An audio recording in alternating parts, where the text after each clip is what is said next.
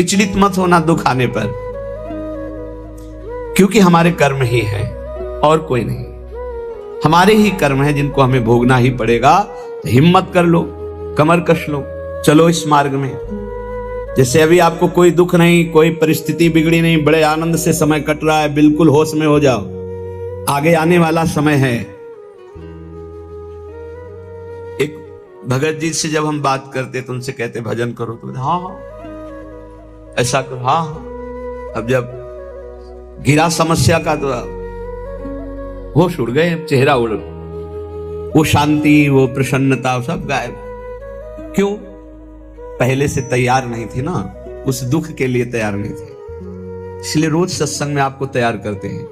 कोई असाध्य रोग हो सकता है, कोई घटना घट सकती है, कोई परिस्थिति बिगड़ सकती है, जहां से तुम्हें सुख मिल रहा है वो बंद हो सकता है, जो तुम्हें प्यार करते हो हट सकते हैं, जो तुम्हें अपना मानते हो तुम्हें छोड़ सकते हैं। ये सब पहले दिमाग में रख लो, ये बहुत अच्छा रहेगा, बहुत पक्के हो जाओगे। जब घर से निकले तो जन्मभूमि से थोड़ा ही निकले थे कि मन ने डरवा दिया, भोजन कहां करोगे, कौन देगा भोजन? ये तो अभी तो शुरुआत ही हुई, किसने हमारा साथ ही देना बंद कर दिया, बिल्कुल घबराहट पैदा कर दी। कहां रहोगे, कौन तुम्हारा पालन पोषण करेगा, कौन तुम्हारी रक्षा करेगा? इतने प्रश्न उठा दिए पर कदम नहीं रोका, खड़े नहीं हुए, भागे। कहीं कोई जग न जाए, कहीं कोई देख न ले, तो भागते गए और उत्तर देते गए मन को, प्रभु जहां जैसे रखेंगे वैसे रहूंगा, प्रभु भूखे रखेंगे तो भूखा रहूंगा, प्रभु अगर पिटवाएंगे तो पिट लूंगा, प्रभु मरवा डालेंगे तो मर जाऊंगा, कदम पीछे नहीं लौटाऊंगा। पता नहीं पूर्व का कुछ होगा ऐसा। वही शब्द पूरे जीवन भर उत्तर देता रहा इस मन को। जब इसने पछाड़ मारने की कोशिश की ता उसको वही उत्तर नहीं, तो कदम आगे बढ़ते चले गए। महासहानि दुखानि सुखान्युन्मादकानि वा। अब कोई दुख नहीं है।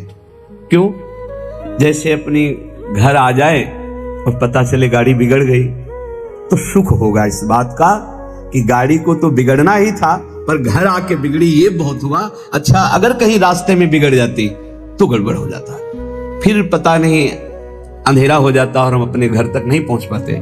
लेकिन कृपा ये हुई कि जब घर दिखाई दिया कि आ गया, तो गाड़ी बिगड़ गई तो कोई परेशानी नहीं हुई, अपनी अटैची उतारी, अपने घर आ गए। ऐसे महासुखानी, पक्का विश्वास करो, यदि आप पहले से तैयार रहोगे दुखों से लड़ने के लिए, तो आप कभी प्रश्न नहीं करोगे कि हमारे साथ भगवान ऐसा क्यों कर रहे हैं। अगर ये प्रश्न आ गया कि हमारे साथ प्रभु ऐसा क्यों कर रहे हैं, तो ना आप शरणागत हो और ना आप भगत हो। ये प्रश्न भक्त के हृदय में नहीं होते। बहुत बार सुन चुके हो, ये प्रश्न नहीं होते कि आपने दुख क्यों दिया। आज तक किसी भक्त के मुख से ऐसा नहीं निकला, आपने ऐसा क्यों किया, ये प्रश्न नहीं निकला। ये प्रश्न निकलता है जिसकी शरणागति पुष्ट नहीं होती, जिसका आत्मसमर्पण नहीं होता। तो हम पहले से महापुरुष जनों के वाक्यों से पुष्ट करते हैं। यदि आपको अभी शरीर स्वस्थ है तो खूब भजन कर लो, आगे दुख आने वाला है। लिख लो अपने लोगों की क्या भजन साधना है, जो रात दिन दिव्य भजन करते रहे। उनके जाते जाते शरीर में पूज्यपाद उड़िया बाबा जो 18 घंटे पद्मासन, 18 घंटे एक आसन में बैठे, उन महापुरुष के गुदाद्वार में ऐसा चटक गया था।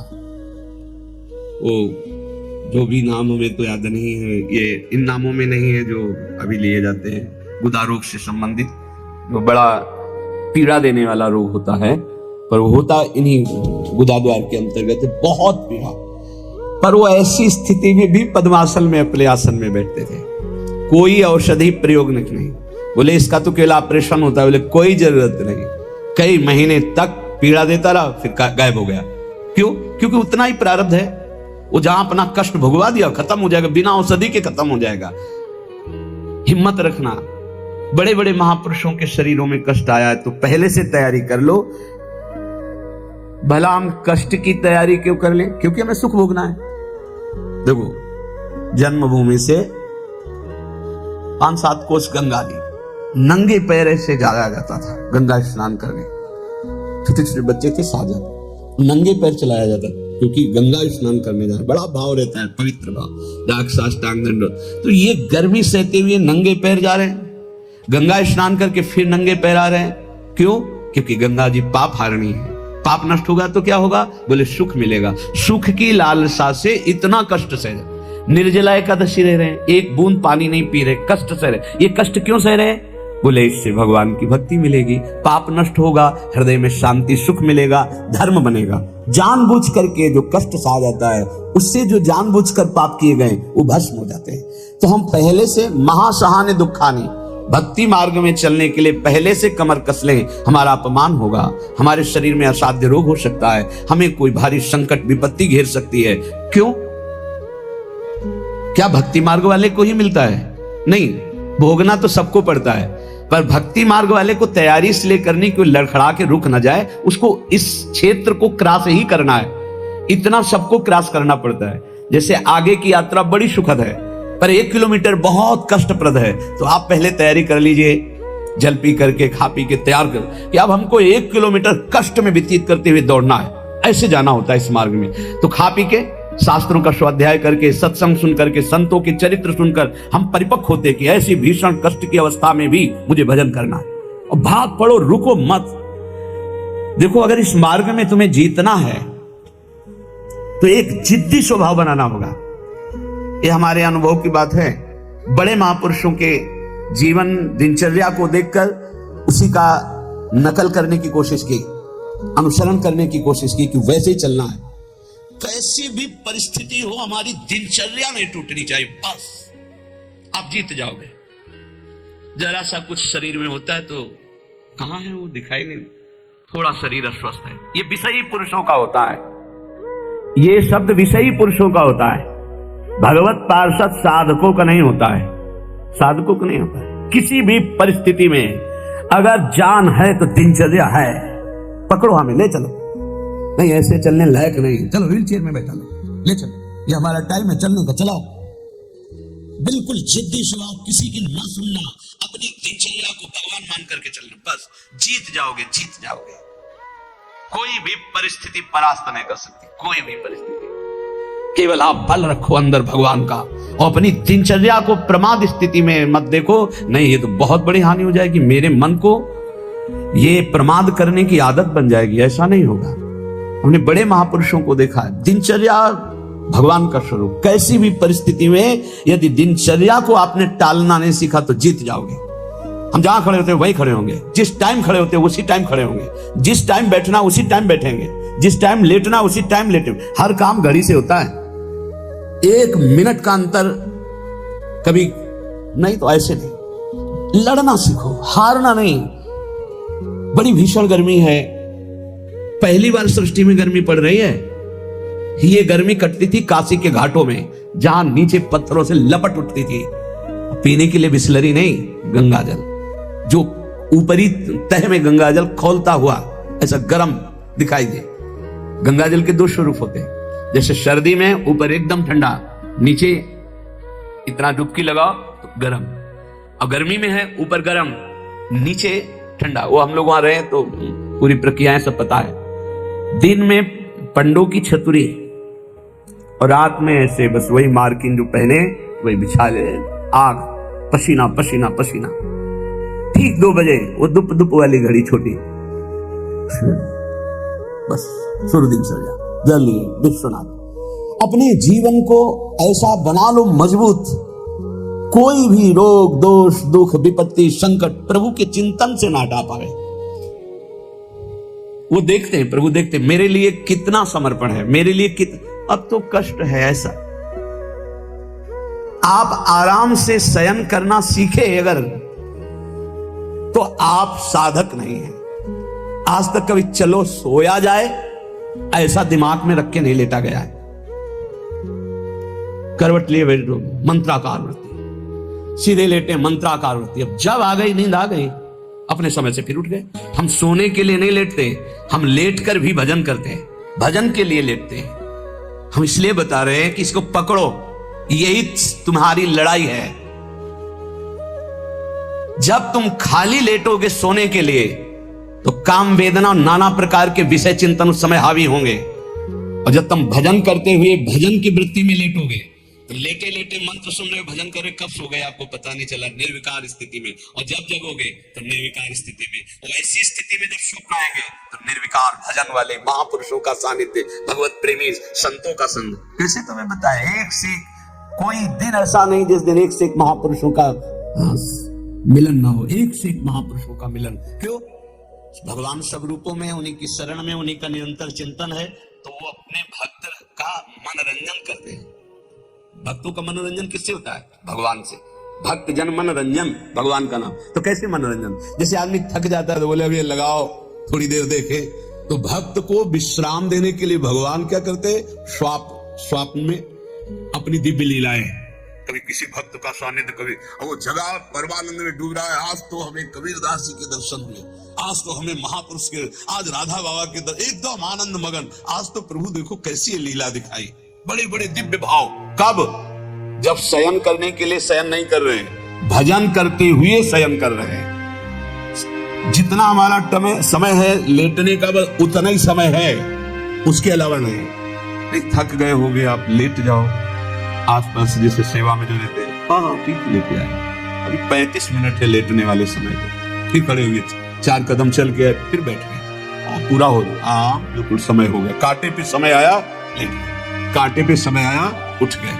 इससे आपको वो पावर मिलेगा जो आपको परास्त नहीं कर सकता। जब साधक के सुनते ही को थोड़ा स्वास्थ्य, आज अनुपस्थित इसलिए है साधक का मतलब होता है कि उठ के चल ना पावे तो ए भाई हाथ जोड़ो दो जनों से, हमको उठा के वहां ले चलो। उपस्थिति अनिवार्य है, हम वहां उपस्थित रहेंगे, हमारा इस समय उपस्थित रहने का है। बैठ नहीं पाएंगे तो सीढ़ी में लेट के सुनेंगे, लेकिन हम वहां उपस्थित रहेंगे। ऐसा जब जिद्दी स्वभाव होता है तब माया मां की तरह दुलार करती कहती निकल जाओ। तो महासहानि दुखानि, ऐसे किसी के विषय में अगर जानना है तो या तो सोई जाना जो देव जनाई, और या हर समय रात दिन उनके साथ रहो तो जान सकते हो। बाहर से तो आप केवल कुछ समय की दृष्टि को देखोगे, अपनी बुद्धि के तराजू में तोलोगे तो तुम्हारी बुद्धि कितनी है वो तुम भारी जाने। महासहानि दुखानि, ये शब्द बहुत अमृत है। यदि ऊपर उठना है तो इस शब्द को गले लगाना पड़ेगा। भगवत मार्ग में चलना है तो इस शब्द को गले लगाना पड़ेगा। महासहानि दुखानि, तब आगे आएगा सुखान्युन्मादकानि वा, महान उन्माद प्रकट करने वाला सुख मिलेगा। फिर वृंदावन दृढ़ प्रीति, प्रिया प्रीतम से, वृंदावन से, नाम से दृढ़ प्रीति प्रकट हो जाएगी। खत्म संसार चक्र। श्रीमद वृंदाटवी कुंज पुंजे नित्य विहारिणौ, गौर श्याम महाश्चर्य किशोरौ मम जीवनौ। श्री वृंदावन के निकुंजों में जो नित्य विहार करने वाली गौर श्याम महाश्चर्य में जोड़ी है, यही मेरा जीवन है, यही मेरा सर्वस्व है। मंद प्रज्ञास्त एवात्र मंद भाग्यास्त एवही, ये वृंदावन माश्रित राधा कृष्ण न भेजिरे। स्वामी अनंग बोधाश्रम स्वामी जी, देखो ऐसी धूप में रेत कैसी होती जानते हो? जैसे चना डाल दो तो भून जाए, ऐसी रेत होती गंगा जी।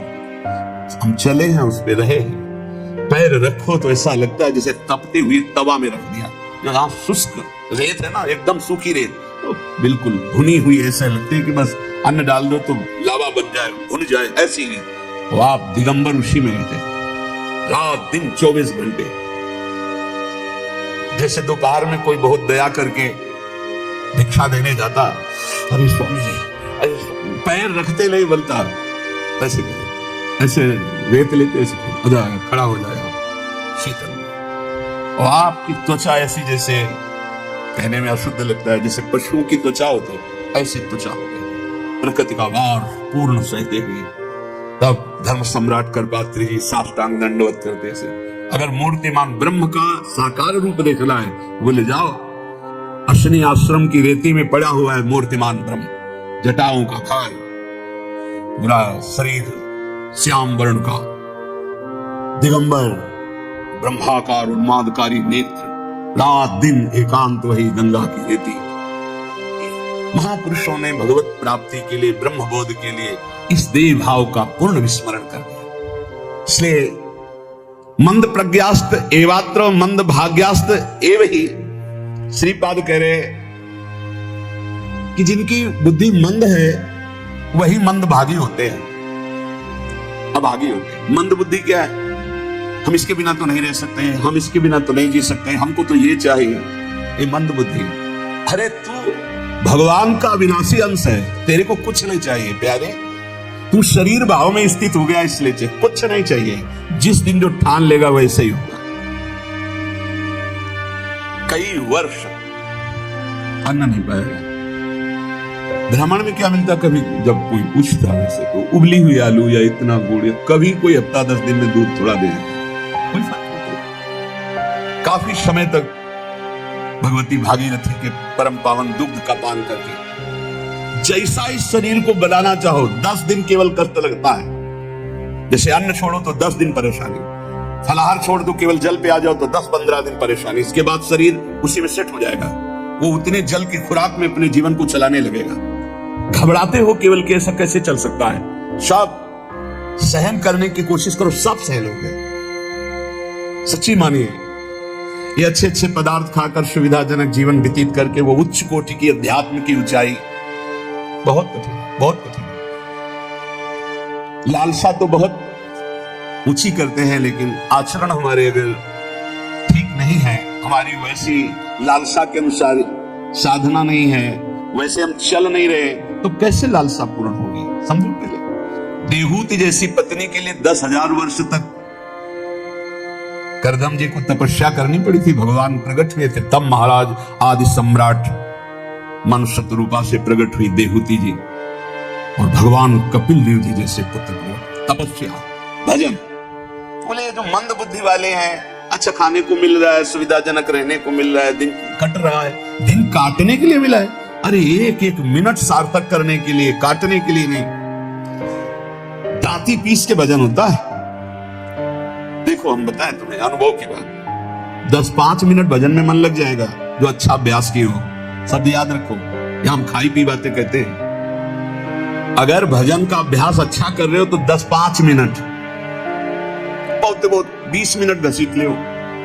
इसके बाद वो संकल्प विकल्प खड़ा करेगा, बेमतलब की बातें सामने, और भजन को रोकने की कोशिश करेगा। चलाओ एक मंत्र चलाना, दूसरा नहीं चलाना, एक पकड़ लो मंत्र। 20 मिनट के अंतर्गत आप हमारे अनुभव को देख लेना, एकदम दृश्य खड़े करना लगेगा। वैसा उल्टा चले गए, बस ऐसे होता है, दांती पीस के उसको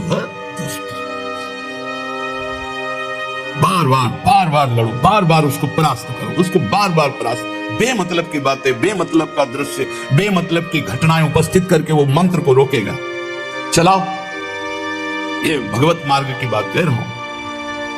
अब 1 घंटा निकालो आप ऐसे ही अंदर में, फिर आप खड़े हो आसन से, तो ऐसे खिड़की में गर्दन जाएगी, पहले कुछ देख लें, कुछ सुन लें, कुछ, और नहीं है तो ये वो अभ्यास कर ही नहीं सकता जिसके पास मोबाइल है, नहीं कर सकता।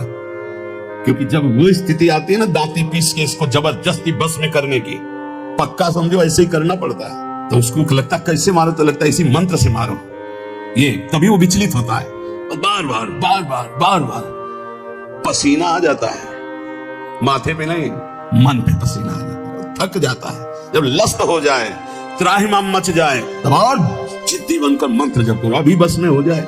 नहीं, इस मन को दुलार करना है, मन के अनुसार चलना है, और भजनानंदी की लिस्ट लगानी, लिस्ट यही लगानी ऊपर से। महान भजनानंदी, महान त्यागी संत, सुनना ये चाहते हैं और लड़ नहीं सकते 5 मिनट जिस मन से। बड़ा विचित्र खेल। तो बोले ये जो मंद प्राज्ञ है, ये निर्णय करने वाली कुछ नहीं, कुछ समय के लिए ये शरीर मिला है, लड़ ले, जीत जाएगा, प्रभु की प्राप्ति कर लेगा। अगर इसके दुलार में रहे तो मरेगा, जाएगा, छूटेगा शरीर। तू अविनाशी है, विनाशी है, तेरे साथ कभी नहीं रह सकता। जो भजन में प्रधान भाव रखे हुए वही उत्तम भाग्य वाले। श्री पाद कह रहे मंद प्रज्ञास्त एवात्र मंद भाग्यास्त। अगर मंद बुद्धि तो मंद भाग्य, और तीव्र बुद्धि आप भजन के लिए निकले। भजन जब हम देखा कि शून्य जैसा हो गया मन, न मंत्र पकड़े, न नाम पकड़े, न कुछ नहीं, बस जिद्दी, वो भी जिद्दी है। अरे तूफान को रोक लेना सहज है, हिमालय को उठा लेना सहज है, लेकिन मन को रोक लेना, ऐसा हमने योग वासिष्ठ में पढ़ा है। अब शून्य हो गया, जब जिद की शून्य हो गया, ना मंत्र पकड़ रहा है ना कुछ पकड़, एकदम खड़े हो गए, पद गायन शुरू किया। अब तेरी जरूरत ही, जोर जोर से पद गायन। ऐसे थोड़ी इस पर ऐसे थोड़ी चढ़े बैठे रह गए, हर समय 24 घंटे चढ़े बैठे। तब वो धीरे धीरे धीरे फिर हाथ उठा दिया। अब वो जब सहयोग करने लगा तब आनंद आने लगा, और जब आनंद में डूबने लगा तो परिपक्व हो गया। फिर उसको थोड़ी देर बहुत विघ्नकारी, अंदर ही अंदर खत्म, न मंत्र में लग रहा है, न नाम में लग रहा है, न एकदम शून्याकार स्थिति। अब हम चलाना चाह रहे मंत्र, हो बिगड़े कुछ नहीं सुन, और उसके बिना होगा नहीं कुछ। जैसे हमारे बिना वो कुछ नहीं कर सकता, ऐसे बंधन और मोक्ष का कारण मन ही है। इसको बिल्कुल हमको ठीक करना है, दवा खवानी है, इसको दवा खवा के इसको स्वस्थ करना है, तभी हम भगवत प्राप्त होंगे। हमारे बिना ये कुछ नहीं कर सकता, तो इसके बिना भी हम कुछ नहीं कर सकते, क्योंकि यही बंधन और मोक्ष का कारण, इसको ठीक करना ही है। इसलिए लोक चिंता ननो धर्म चिंता न देहगा, श्रीमद् वृंदावने राधा कृष्ण भाव भृतो मम। श्री वृंदावन में यदि आपको आने को मिला है, सत्संग मिला, धामवास मिल रहा है, अब मन से तुमको निकालनी लोक चिंता ना, नो धर्म चिंता ना देहगा, खाली करो, यही करना है। लोक चिंता नहीं होनी चाहिए, कल क्या होगा, आज का तो काम चल गया, अगला महीना कैसे काम चलेगा, ये अगर चिंता है तो तुम्हें भगवान का भरोसा नहीं। ये भजन के समय ज्यादा प्रपंच रचेगा, किसका देना है, किसका लेना है, किसने कब 10 साल पहले किसने गाली दी थी, 10 साल पहले, वो सब याद करवाएगा। मन जलेगा, उसने ऐसा क्यों कहा था, उसने पकड़ो। इस समय मंत्र जपने के लिए बैठे हुए, प्रपंच करने के लिए बैठे। ये देखो ना, यही करता है। आप जब बिल्कुल एकाग्रता पूर्वक टीवी देखते हुए तो फिर बढ़िया है, फिर कोई परेशानी नहीं। एक कुर्सी में और आदमी बैठा लो, फिर माला ले लो, कोई परेशानी नहीं। ये हम उनकी बात कह रहे हैं जो असंगोहम, असंग होकर मंत्राकार वृत्ति कर रहे हैं, उनकी। तब इसकी असलियत समझ में आती कि मन हमारा इस समय दोस्त है या दुश्मन। भजन के एकदम विरुद्ध खड़ा हो जाता है। लोक चिंता, अभी क्रियाओं की भी चिंता करो, भजन हो जाएगा, अभी तो वो करना है, अभी वो करना है। वो जिस समय भजन में बैठो उस समय ये सोच लो कि अगर आसपास आग लग जाए तो भी हम नहीं उठेंगे। आसपास आग लगी हो तो भी नहीं उठेंगे। योगक्षेमम वहाम में हम करने वाले भगवान मुझे उठाया के या आग को शीतल करें, उनका विषय है। और सच्ची कहते हैं, यदि जब चल रहा है तो अग्नि की भी ताकत नहीं कि आपके रोम को झुलसा दे, यदि सत्य भाव में स्थित हो।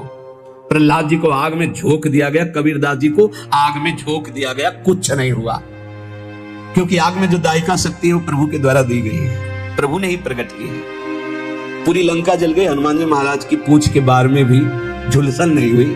क्यों? ताकर दूत अनल जय सिरजा, जरा न सोते कारण गिर जा। बोले उनके दूत हैं जिन्होंने अग्नि का सृजन किया है, अग्नि की रचना की, जिन्होंने अग्नि को प्रकट किया है, अग्नि में जो दायिका शक्ति दी है। लोक चिंता ना, अगर आपको भगवत प्राप्ति करनी है तो तुम्हें कल की चिंता नहीं करनी, अभी वर्तमान में जो कर्तव्य है, भजन, मन को परमात्मा तत्व में लगाना, और शरीर से जो भी क्रियाएं हो, कुछ समय तो ऐसा रखो जो क्रियाहीन भजन हो। शांत, हम तो कहते हैं माला भी मत लो उस समय, ईमानदारी वाला भजन कह रहे हैं। शांत बैठ जाओ, बस केवल आंखों के सामने मंत्र चलाओ, चाहे आंख बंद करके चाहे खुला करके, बस देखो ये कहां जाता है। जहां जाए फिर इसको दौड़ा के लाओ, इसी मंत्र पे जहां जाए फिर दौड़ा के लाओ बार बार। मंत्राकार वृत्ति 10 मिनट ऐसा साधन करोगे तो कई घंटे के भजन का फल मिल जाएगा। देखते हुए 10 मिनट भजन करोगे तो कई घंटे जप का फल मिल जाएगा। बहुत प्रभाव है मानसिक चिंतन करते हुए मंत्र जपने का। पर उस समय लोक चिंता ना, और ना धर्म चिंता कि अभी हमारा ये कर्तव्य है, उस समय नहीं। और ना देहेगा, बड़ा दर्द हो रहा है, ये दर्द हो रहा है, वो दर्द हो रहा है। तुम्हारे किसी के दर्द तो कभी कभी होता होगा, हमारा दर्द का तो संबंध हो गया है, दर्द से हमारा तो संबंध हो गया है। जैसे तुम्हारा स्वाभाविक कभी बुखार आदि आवे तो शरीर में पीड़ा होती ना, ऐसी हमारी तो रोज बनी रहती है। इसके ऊपर उठे तब कांखना आएगा कि बहुत दर्द हो रहा है, फिर ऐसा आएगा। जितना तुम्हें कांखने पे आता है उतना तो रोज हमें रहता है, उतने का तो अभ्यास है इस शरीर को। उसके ऊपर जब होता है तब पकड़ के चलने की बात आती है। देहगा वो आप सच्ची मानो, ऐसी स्थिति में भी गुरु कृपा से, गुरु प्रसाद से जो बैठने की, जो टहलने की, जो चिंतन की दिनचर्या, उस पर कोई फर्क नहीं। वैसे ही देह की भी चिंता नहीं करनी, धर्म की भी चिंता नहीं करनी, लोक की जीवन की भी चिंता नहीं करनी। कूद पड़ो, इस मार्ग में कूद पड़ो, खजाना ही खजाना हाथ में आ जाएगा। श्रीपाद कहते हैं जब कोई ऐसे भजन करता है तब उसके अंदर भावना श्यामा श्याम की जागृत होती है, तब भावोत्सवेन भजताम रसकाम धेनु। संत वाणी, महापुरुषों का प्रत्येक वचन भगवत प्राप्ति के लिए बहुत अमृतमय सहायक है। कह रहे हैं अंधी करोमि भुवनम बधरी करोमि धीरम सचेतनम चेतनताम नयामि कृत्यम न पश्यति नयेन हितं शृणोति धीमान धीतमति न प्रतिसंदधाति। जो व्यक्ति बात बात पे क्रोध करता रहता है वो अपने भजन को छीण कर देता है, उसका भजन फलदायी नहीं हो पाता। अंधी करोमि, वो अंधा हो जाता है और ऐसे बात बोल देता है, ऐसी क्रिया कर देता है, ऐसी चेष्टा करता है, ऐसा संकल्प बना लेता है, उसका भजन क्षीण हो जाता है। क्रोधी पुरुष का भजन क्षीण हो जाता है, वो भगवत प्राप्ति कराने में समर्थ नहीं होता। अंधी करोमि भुवनम बधरी करोमि, गुरुजन उसे बोले समझावे तो उसको गुस्सा आ जाएगा, वो बहरा हो जाता है, उसकी बात नहीं सुनता, वो अंधा हो जाता है, वो चेतन होते हुए जड़ हो जाता है। बस वो मैं ऐसा कर सकता हूं, मैं ऐसा कर दूंगा, वो अपने परम कर्तव्य को भूलकर अहित की बात बोलना लगता है, गाली गलौज करना। इसलिए बुद्धिमान पुरुष को चाहिए, जो भगवत प्राप्ति करना चाहता है, इस क्रोध रूपी शैतान से बचे। ये आ गया तो ना गुरुजनों की बात सुनेगा, ना देखेगा, ना समझेगा, जड़ जैसा हो जाएगा और बहुत गंदी गंदी बातें बोलने लगे, गाली गलौज, अपराध प्रवृत्ति, हिंसा आदि। जो उपासक भगवत प्राप्ति करना चाहता है इस क्रोध से बचे। क्रोध बहुत ही हानिकारक है। प्रायः सुकृतिनाम अर्थे देवायांति सहायताम अपंथानम तु गच्छन्तम शोदरोपि विमुंचति। जब कोई सही मार्ग में चलने लगता है, दूसरों को सुख पहुंचाने की बात बोलता है, तो दैवी शक्तियां उसकी रक्षा में हो जाती। वो अकेला नहीं रहता। जब कोई धर्म से चलता है, नाम जप करता है, दूसरों को सुख पहुंचाने की बात सोचता है, तो भागवतिक दैवी शक्तियां उसकी सहायता में हो जाती है। और जब कोई कुमार्गगामी होता है, अपंथानाम तु गच्छन्तम, गंदे आचरण में चलता है, तो उसका अवसर पर सगा भाई भी साथ नहीं देता है। दैवी शक्तियों की तो बात क्या जाने दो। अपंथानाम तु गच्छन्तम शोदरोपि विमुंचति, जो उधर से, उसी उधर से प्रकट हुआ सगा भाई, वो भी त्याग कर देता है, उसका कोई साथ नहीं देता। इसलिए प्रायः सुकृति नाम अर्थे देवायांति सहायतम, सुकृतिवान बनो, धर्म मार्ग में चलने वाले बनो, भगवान नाम स्मरण करने वाले बनो, सब दैवी शक्तियां तुम्हारी सहायता करेंगी बिना मांगे। कुमार्गगामी बनोगे तो दैवी शक्तियों को बात जाने दो, तुम्हारा कोई मित्र भी, तुम्हारा सगा भाई भी तुम्हारा साथ नहीं देगा, उसको भी रोक दिया जाएगा। भागवतिक सिस्टम बाधा पहुंचा देगा, वो तुम तक पहुंच ही नहीं पाएगा। कुमार्गगामी मत बनो।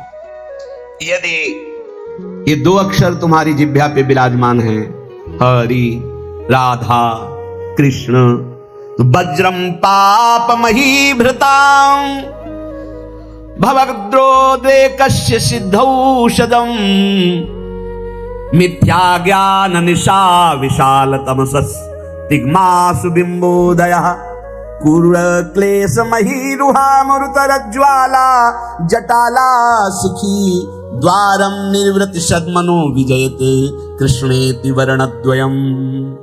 कृष्ण राधा, ये दो अक्षर जब जिह्वा से उच्चारण किए जाते हैं तो वज्रम पापमही भृताम, जैसे विशाल पर्वत पर वज्र का प्रहार हो जाए तो चकनाचूर कर दे, पर्वत को धूर धूर बना दे, वज्र की ऐसी महिमा है। ऐसे ही नाम की महिमा है कि जिसकी जिह्वा पर चलने लगा कृष्ण कृष्ण कृष्ण राधा राधा राधा, तो वज्र पाप मही भृताम, मानो पाप रूपी पहाड़ पर नाम रूपी वज्र का प्रहार हो गया, अब चकनाचूर हो जाएगा पाप रूपी पहाड़। पाप रूपी पहाड़ को चकनाचूर करने के लिए ये नाम वज्र के समान है। भवगद्रोद्रेकस्य सिद्धौषधम, ये संसार में जन्मना मरना, इसे भवरोग कहते हैं। इस भवरोग की सिद्ध औषधि है नाम। दो अक्षर है, राधा राधा, कृष्ण कृष्ण, हरि हरि। गोस्वामी तुलसीदास जी के जासु नाम भव भेषज हरन घोर त्रैशूल। तीनों प्रकार के तापों का नाश करने वाले आवागमन के चक्र को रोक देने की सामर्थ्य इस नाम में है। भव रोग की अचूक औषधि, ये दो अक्षर राधा राधा राधा, कृष्ण कृष्ण। भवगदोद्रेकस्य सिद्ध औषधम। और मिथ्या ज्ञान निशा विशाल तमसस दिग्मास बिंबोदय। ये मिथ्या ज्ञान रूपी रात्रि के महान अंधकार को नष्ट करने के लिए ये नाम सूर्य है। जितना नाम जप करोगे उतना ही आपके हृदय में शुद्ध ज्ञान प्रकाशित होगा। नाम जप करोगे सिद्ध औषधि है, आवागमन चक्र से मुक्त हो जाओगे। नाम जप करोगे तो ये पहाड़ के पहाड़ पापों को भस्म कर देगा। महाराष्ट्र से कुछ विज्ञ परिकर जन आए थे, भक्तजन, तो उन्होंने कहा कि पंचकोशों का बाध किए बिना कोई मुक्त नहीं हो सकता। अन्नमय कोश, मनोमय कोश, विज्ञानमय कोश, आनंदमय कोश, इस तरह के जो कोश हैं इनका बाध किए बिना कोई जीवन मुक्त नहीं हो। और आपके प्रवचन में प्रायः सुनते हैं कि नाम जप करने से जीवन मुक्त हो जाएगा, भगवत प्राप्त हो जाएगा। तो इन कोशों का बाध तो ज्ञान से होता है। तो उनको बताया कि आप जप करके देखो, प्रश्न करने से उत्तर प्राप्त कर लेने मात्र से संतुष्टता नहीं होगी। आप जप करो, जप करोगे कुंडलिनी जागृत हो जाएगी, जप करोगे निरंतर प्राण संयमित हो जाएंगे, षट चक्र का भेदन हो जाएगा, पंचकोशों का बाध करने वाला ब्रह्म तत्व का ज्ञान प्राप्त हो जाएगा। कौन सा ज्ञान ऐसा है जो भक्त को ना हो जाए? नाम से जो चाहोगे वो प्राप्त हो जाएगा। मिथ्या ज्ञान निशा विशाल तमसस दिग्मांशु बिंबोदया। मिथ्या झूठा ये मायाकृत जो अज्ञान रूपी अंधकार है, इसका नाश करने के लिए नाम भास्कर के समान है, दिव्य ज्ञान प्रकाशित कर देगा। जो राम राम भी नहीं जप पाते थे, मरा मरा कहते थे, इतना नाम का प्रकाश हुआ कि राम जी के प्रकट होने के पहले ही दिव्य उनके पावन चरित्र का गान कर दिया। विश्वास करो, नाम का प्रभाव। जो सादर राम राम नहीं कह पाते थे, उन्होंने संस्कृत में भगवान के पूर्ण चरित्र का गान कर दिया। ये नाम का प्रभाव। कोई ये ना समझे कि नाम से कैसे, जो योग से प्राप्त होता है, जो ब्रह्म ज्ञान से प्राप्त होता है, वो सब नाम जपने से सब प्राप्त। और नाम जप नहीं है तो शुद्ध ब्रह्म बोध हो ही नहीं सकता। ये काशी से आए हुए एक महापुरुष की बात। मैं नित्य विश्वनाथ जी को जल चढ़ाता हूं गंगा स्नान करके। मैं नित्य वेदांत का अनुशीलन करता हूं गुरु चरणों में बैठकर। इतने वर्ष हो गए ब्रह्मानंद की प्राप्ति के लिए उपाय करते हुए, और 65-70 वर्ष की अवस्था संन्यास वेश। उनका काशी से आपका प्रवचन सुनाऊं तो केवल एक प्रश्न का उत्तर लेने आया हूं, मुझे अब भी शांति क्यों नहीं मिली? शुद्ध हूं, कहीं भी अशुद्ध आचरण नहीं, कहीं भी किसी भी तरह की कोई त्रुटि नहीं। क्या त्रुटि है जो मुझे शांति प्राप्त नहीं हुई? उनका आपके दर्शन से पता चलता है कि आप शुद्ध साधक हैं। आपके वचनों से पता चलता है कि आप प्रयासरत बहुत अच्छे साधक हैं। पर जो हम त्रुटि पकड़ पाए वो आप पकड़ पाए? क्या आप निरंतर मंत्राकार वृत्ति करते हैं? उनका नहीं, बस यही एक त्रुटि है। जाओ ये कर लेना। प्रक्रिया बताई। महीना 1.5 महीना बाद जब आए थे तो खूब आनंद पूर्वक एकदम जैसे कोई अपने रिश्तेदार से मिले ऐसे, और बोले बस एकदम, क्योंकि वही एक त्रुटि है। समझ रहे हो? गुरु चरणों में बैठ के वेदांत भी पढ़ते सब, लेकिन जो चाहिए वो नहीं था। क्यों? निरंतर मन, कोई नई बात नहीं हुई, वो पकड़ नहीं पाए, शास्त्रों से पकड़ नहीं पाए। वो वही सूत्र है, वही सूत्र पकड़ लो, सब हो जाएगा। जो नाम प्रिय हो राम कृष्ण हरि, राधा राधा राधा राधा। पाप रूपी पहाड़ को नष्ट करने के लिए वज्र, जन्म मरण रूपी रोग को मिटाने के लिए अचूक औषधि, अज्ञान अंधकार रूपी रात्रि का नाश करने के लिए भुवन भास्कर। कौन? बोले नाम। क्रूर क्लेश मही रुहा मूर्तर ज्वाला जटाला सिखी। ये क्रूर क्लेश रूपी जो हमारे कर्म हो चुके हैं, बड़े बड़े भयानक वृक्षों के रूप में हैं, इसके लिए नाम प्रचंड ज्वालामयी अग्नि है। पूरे वन के वन को भस्म कर देगी एक वृक्ष की। क्या ये हमारे क्रूर क्लेश देने वाले जो कर्म जमा है, ये वृक्ष नहीं, पूरे वन के वन समझो जमा है। इनको भस्म करने के लिए अग्नि चाहिए। वो अग्नि कौन है? नामाग्नि।